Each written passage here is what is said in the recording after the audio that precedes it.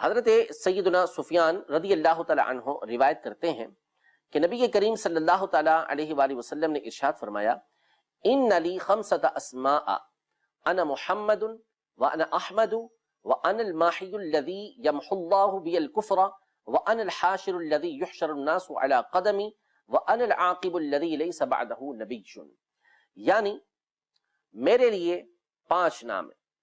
Number 1 میں محمد ہوں، number 2 میں احمد ہوں، نمبر 3 میں ماحی ہوں۔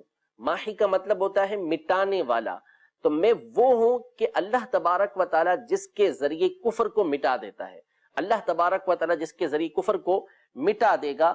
وَأَنَا الْحَاشِرُ الَّذِي يُحْشَرُ النَّاسُ عَلَىٰ قَدَمِي، میں حاشر ہوں کہ میرے ہی قدموں پر لوگوں کو اٹھایا جائے گا، یعنی محشر میں میرے ہی قدموں پر لوگ اٹھائے جائیں گے۔